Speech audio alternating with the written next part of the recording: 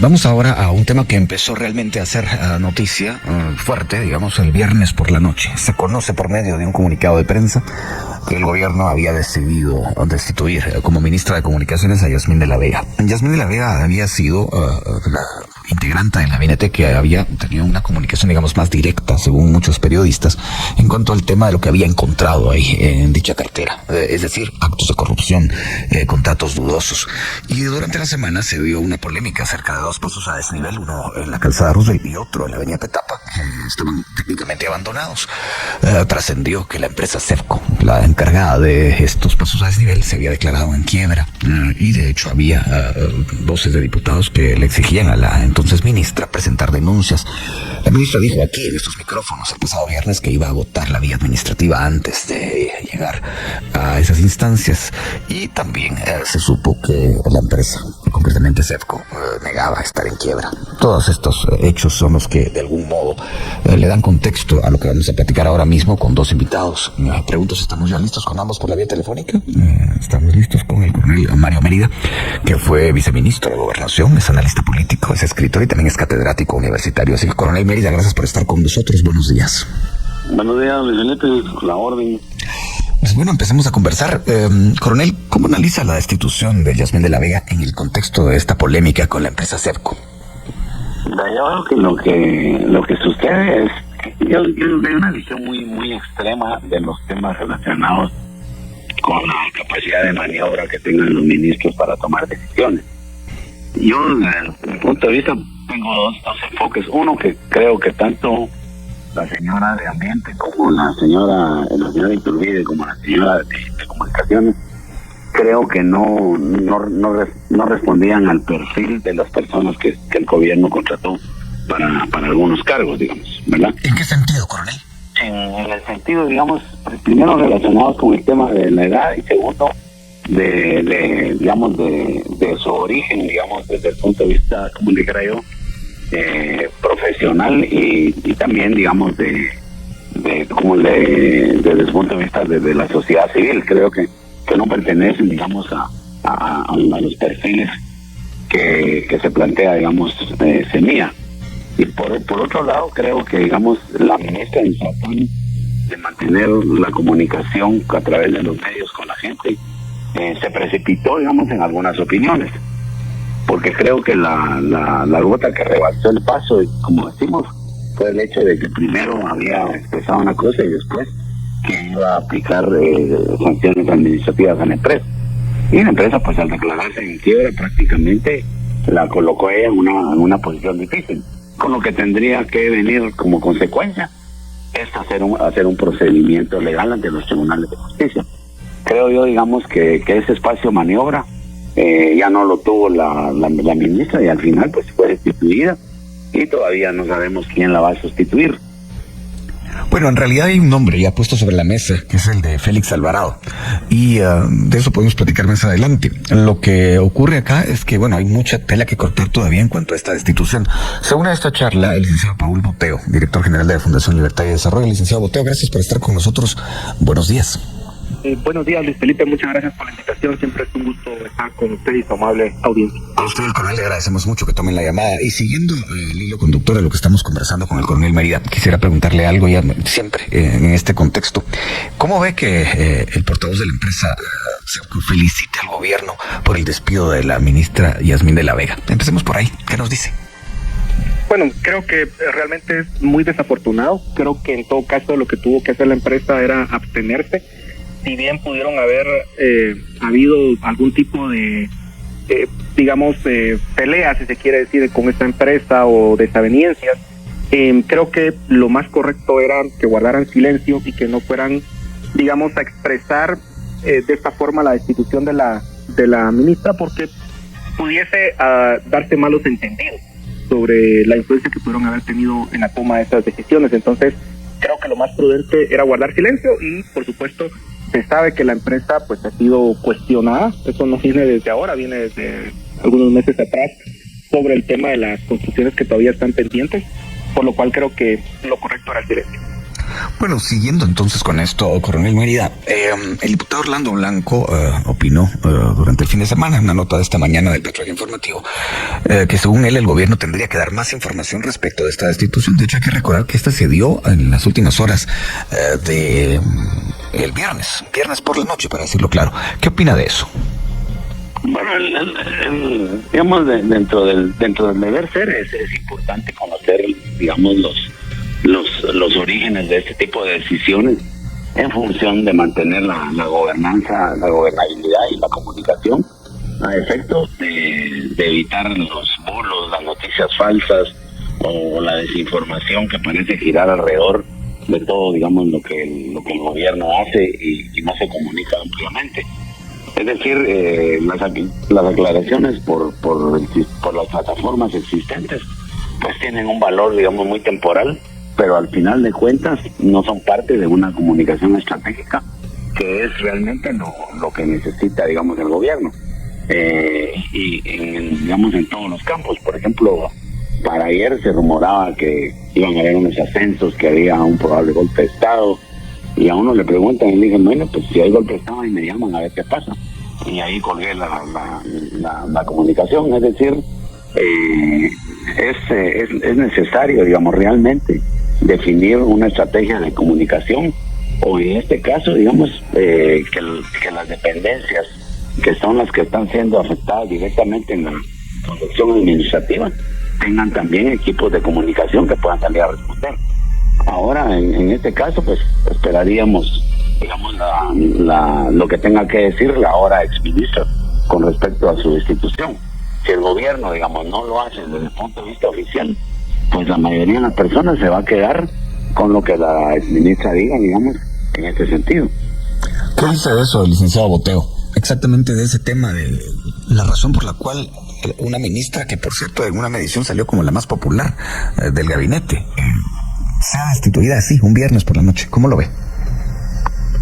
Bueno, la verdad es que se presta, digamos, a muchas teorías al respecto. El comunicado del gobierno, pues, dice que no se siguieron las instrucciones sobre la forma en que se iba a proceder con el pago, y esto, pues, se puede interpretar de varias formas, ¿verdad? Entonces creo que, si bien en este tipo de cosas no se pueden dar tantos detalles, lo que sí es que el comunicado lo que implica o dice implícitamente es que la ministra pues no cumplió con ciertos estándares que quería cumplir el gobierno, y eso por supuesto lo considera una falta grave. Ahora, el tema aquí, creo yo, es que tenemos que comprender que el Ministerio de Comunicaciones posiblemente sea de los más complejos dentro de todos los ministerios, porque lo que se tiene es un ministerio que por años ha estado cooptado por la corrupción, y pues hemos visto ya casos en el pasado, condenas, reconocimientos incluso de cómo operan estas estructuras dentro del Ministerio de Comunicaciones, y llegar a limpiar eso es sumamente complejo, porque estamos hablando de actores sumamente poderosos con mucho dinero, que por supuesto van a quererle hacer la vida imposible a cualquier ministro que pueda llegar a esa cartera.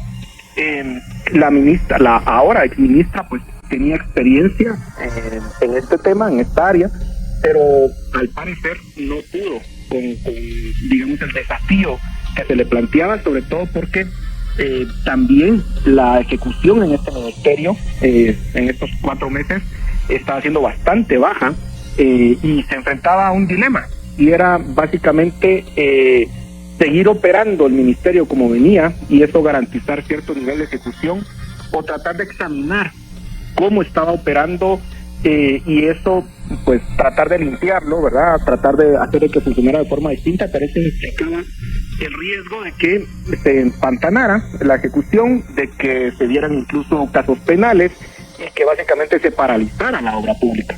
Y ese es el desafío que va a tener quien tome esta cartera, y creo que por esa razón el presidente tiene que darle especial atención a este ministerio. Creo que por supuesto el presidente tiene muchísimas cosas, miles de cosas a las cuales darle atención constantemente, pero este en particular creo que tiene que ser uno de los ministerios que más va a requerir de su tiempo, de su atención y de su estrategia, para poder garantizar que pueda funcionar de una forma distinta a cómo estaba funcionando.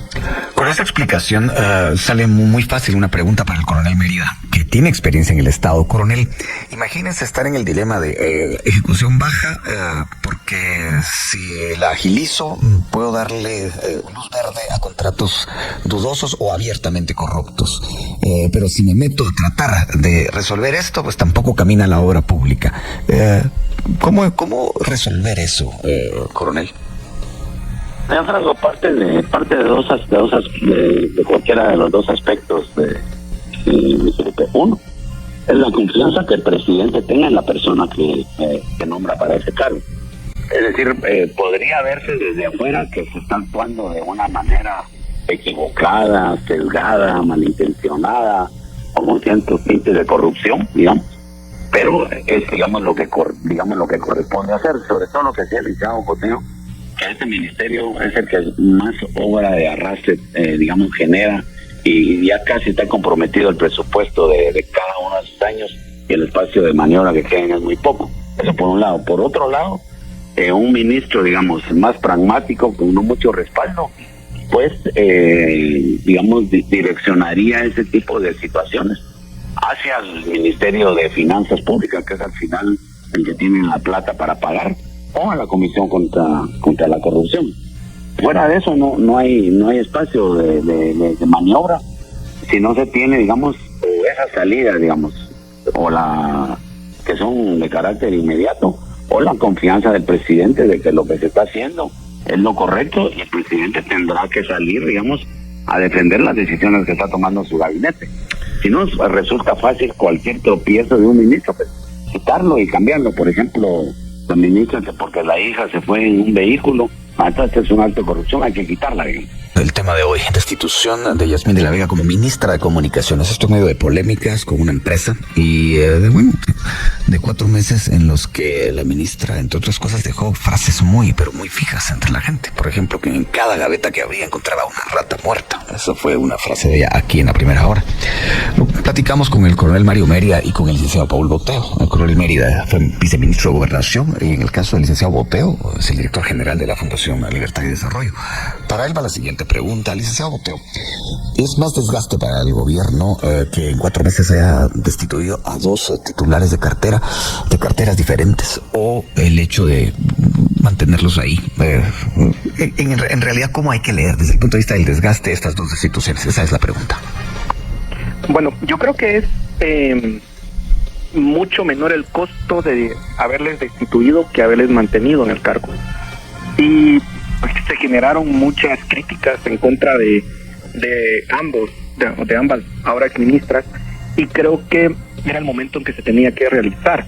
¿Y por qué lo digo? Porque esto abre la posibilidad para que puedan elegirse en un proceso, diría yo, muchísimo más estable del que se tuvo antes de la toma de posesión. Recordemos que fue un proceso sumamente accidentado, en donde de alguna forma muchas personas no querían formar parte del gabinete precisamente por la incertidumbre que había. En esta ocasión se tendría que abrir la posibilidad para que la persona que se escoja en ese cargo tenga la experiencia, tenga el perfil para que pueda, con un ministerio de esta magnitud, con un desafío de esta magnitud. Y creo que es el momento adecuado, en el sentido que si se tiene a un ministro que no está dando los resultados esperados por mucho tiempo, luego sustituirlo, la perspectiva de aquel que lo va a sustituir es de un periodo mucho más corto, y eso hace que muchas personas no quieran aceptar esos desafíos. Entonces yo creo que sí ha hecho lo correcto. Ahora el tema es escoger el perfil adecuado para que pueda ser una persona que esté en el cargo durante un tiempo considerable y que pueda realmente manejar un monstruo, diría yo, como el que significa ese ministerio. Bueno, hablando de monstruos, la verdad es que en un tiempo en Guatemala uno de los ministerios más conflictivos de aceptar era el de Gobernación, porque había una inseguridad tremenda y creciente. En estos tiempos pareciera que eso se corrió para el Ministerio de Comunicaciones. ¿Usted cree que eso es así, coronel Mérida? Todos los ministerios son complejos, ¿vale? Felipe, lo único que unos generan más desgaste, digamos, y costo político en corto tiempo. Por ejemplo, el Ministerio de Finanzas, que no tiene dinero para nada de lo que se pide, por ejemplo, en algunas ocasiones, que se necesita una ampliación presupuestaria siempre, que quedaron 15,000 millones que no se lograron conseguir, etcétera, etcétera.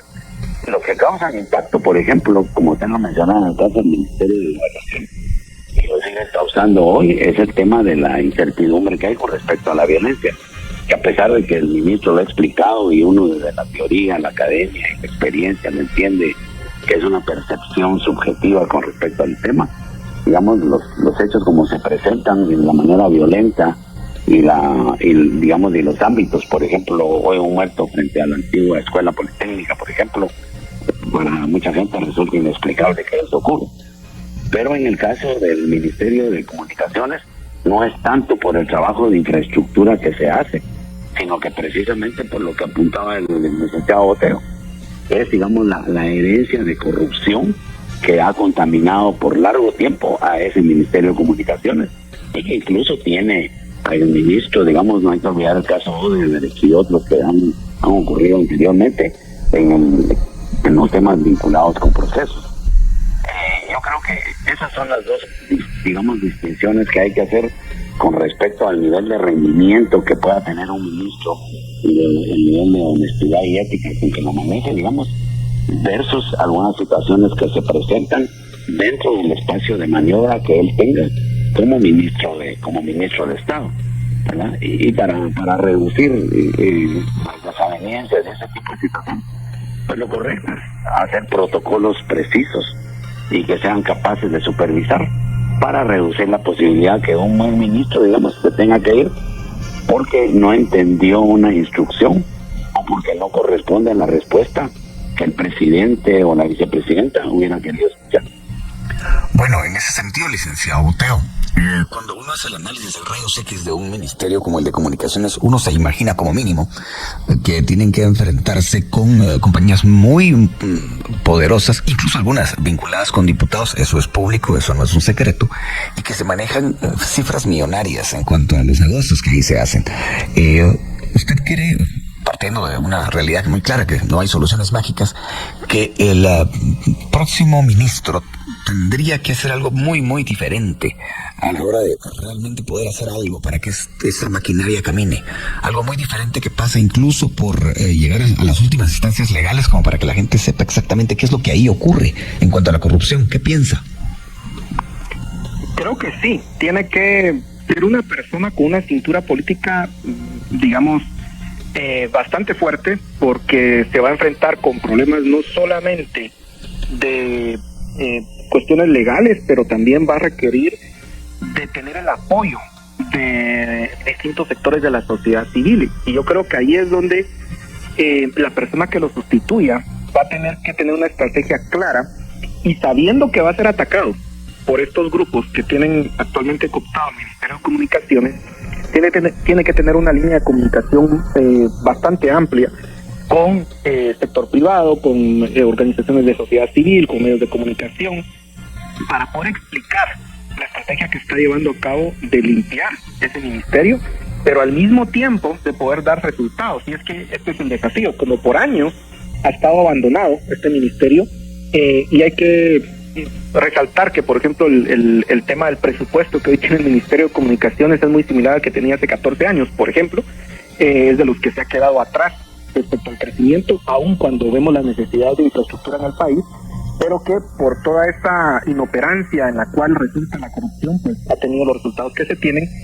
Y entonces lo que se espera de ese ministro no solamente es que llegue a limpiar esas estructuras, sino que además pueda dar resultados en el corto plazo, mejorando la infraestructura.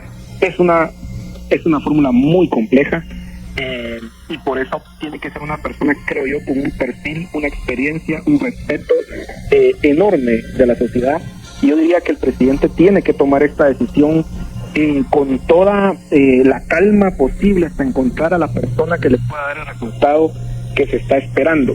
Porque si quien sustituya a la ahora exministra va a ser una persona sin experiencia, que no tenga esa cintura política, pues creo que el resultado va a ser que en 6 meses esa persona se va a tener que ir, o antes, porque no va a poder con ese desafío.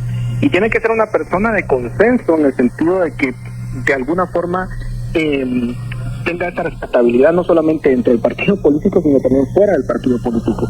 Y ahí creo que está el desafío que tiene actualmente el presidente. Pero yo sí creo que es uno de los ministerios más complejos y por lo tanto la decisión no tiene que ser tomada a la ligera. Bueno, sigamos con esto. Coronel Mérida, ¿usted cree que a quien le ofrezcan este ministerio, que se supone que ya hay un sustituto, solo estamos esperando la confirmación oficial, pero a quien se lo ofrezca se va a jugar prácticamente la vida aceptando ese puesto? ¿O tendría que ser así? Siempre que tenga el respaldo del presidente Bernardo, mire, eso es determinante, Luis Felipe, porque a veces, digamos, alguien tiene línea telefónica directa con el presidente y cuando llega la consulta del ministro y el presidente ya está adelantado con respecto a la respuesta que tiene que darle. Yo creo que en ese sentido lo más complejo es cuando precisamente el presidente no llega con un equipo seleccionado por él, digamos, sin influencias partidarias, políticas, de diputados, etcétera, etcétera, porque al final, digamos, no se logra, digamos, los resultados. Yo me recuerdo cuando se nombró el gabinete del general Arana, por ejemplo, y la gente se extrañaba, digamos, de que gente de cierto nivel económico fuera a ocupar cargos, pero al final fue un gabinete que sacó el trabajo, igual que el gabinete con que comenzó el presidente Álvaro Arzú. Entonces yo sí creo que hoy las complejidades que hay, precisamente además de la coyuntura postelectoral y lo que estamos viendo ahora, necesita de gente que realmente sea de la confianza del presidente, así como su círculo, digamos, como su secretario o la secretaria que tienen alrededor, que es gente con la que el presidente ha interactuado por mucho tiempo, ¿verdad? Y lo otro es, como lo han hecho, hacer consensos con los mismos constructores, a ver a quién quieren de ministro. Y yo creo que al final el ministro tiene que llegar con todo el respaldo del presidente para tomar las decisiones que tenga que hacer, y con un buen equipo de auditoría y contabilidad para hacer las cosas dentro de lo que el marco legal dice. Si hay una empresa que incumplió un contrato, pues simplemente hay que ejecutar lo que está pactado, y ahí se terminó. Coronel Mérida, me llama la atención eso que usted menciona, un consenso entre los constructores de ver a qué ministro quieren. ¿Cómo así? Bueno, en otras veces han sido aplaudidos, digamos, las nominaciones de algunos ministros, y otros son condenados, digamos. Por ejemplo, lo que platicábamos de la posición, digamos, de una empresa con respecto a la felicitar al presidente porque haya quitado a la ministra. Yo digo, bueno, entonces, ¿será esto los que le hicieron el favor? ¿Les estaba haciendo daño la presencia de la señora aquí? Pudo haber sido también un oportunismo de comunicación, digamos, así como desviar la atención. Claro, entonces, digamos, lo que hace, nosotros, ese es mi punto, es que, digamos, crea percepciones equivocadas. En algunos niveles, por ejemplo, digamos, en mi caso y en los invitados que usted tiene, tratan de aportar, digamos, una opinión que sea orientadora para que la población, su auditorio, digamos, pueda tener elementos de juicio para hacer su propio juicio de valor con respecto a lo que escucha y circula. Sin embargo, lo que circula con otras intenciones de crear ingobernabilidad, porque hay que reconocer que el presidente no las tiene todas consigo tampoco. Entonces, eso sí crea, digamos, desasosiego y malestar en las personas. En síntesis, y al final de cuentas, creo yo que el presidente debe tomar la decisión fundamentado en el nivel de confianza que el sujeto o la mujer que va a nombrar en ese lugar corresponda a los parámetros de ética, conocimiento, y que haga su trabajo sin pensar en beneficiar a nadie, por un lado, ni tampoco de darle espacio de maniobra a otros que no han terminado con las obras que debieran de haber finalizado hace un año o hace 2 años. Ética y conocimiento, fue con el licenciado Boteo. Y voy a citar a 2 entrevistados de primera hora, uno del pasado viernes y otro que lo dijo hará un mes. El del pasado viernes es el doctor Edgar Balcells. Decía, yo le recomiendo a la ministra que se rodee de buenos ingenieros y de buenos abogados para sacar adelante esta cartera. Y en el otro caso es el licenciado José Alejandro Arévalo, ex ministro de Finanzas, ex superintendente de bancos, bueno, con una múltiple, una gran huella en el Estado, una gran experiencia en el Estado, y decía precisamente, bueno, hay que conocerlo al Estado cuando uno trabaja ahí, porque no es lo mismo que una empresa privada. Y decía, a veces yo oigo a la gente decir cosas y me doy cuenta de que no conoce el Estado. En el contexto de lo que estamos hablando, ¿esto cómo lo analiza, licenciado Boteo? Tenemos un minuto. Ambos, en los consejos que se le podría dar a un futuro ministro, en el sentido de quién es el perfil del cual se tienen que rodear. Pero creo que aquí el tema es que el propio ministro tiene que ser capaz de enfrentar estos desafíos y de tener, insisto, esa cintura política para poder enfrentarse a los distintos intereses con los cuales va a tener que lidiar. Entonces, no solamente se requiere que sea un hombre de confianza al presidente, pero también tiene que ser una persona que tenga el perfil alto para poder hacer y desempeñar esta labor. Y por supuesto, su equipo es fundamental. Lo mejor sería que tuviera esa experiencia en el Estado. Y con esto no estoy diciendo, digamos, que tenga que ser una persona, digamos, que venga del sector privado necesariamente, porque lo que indicaba anteriormente el coronel Mérida, pues tiene razón, ¿verdad? O sea, aquí no se trata de servir a intereses, no, pero sí estamos hablando de una persona que tenga el perfil adecuado, no solamente de ser persona de confianza del presidente, sino que pueda ir a enfrentarse a los desafíos legales y políticos que va a tener enfrente. Y bien, hasta acá el video de hoy. Recuerden que ustedes tienen la última opinión que pueden dejar acá abajo en la cajita de comentarios. Dicho esto, nos vemos hasta el siguiente video. Adiós.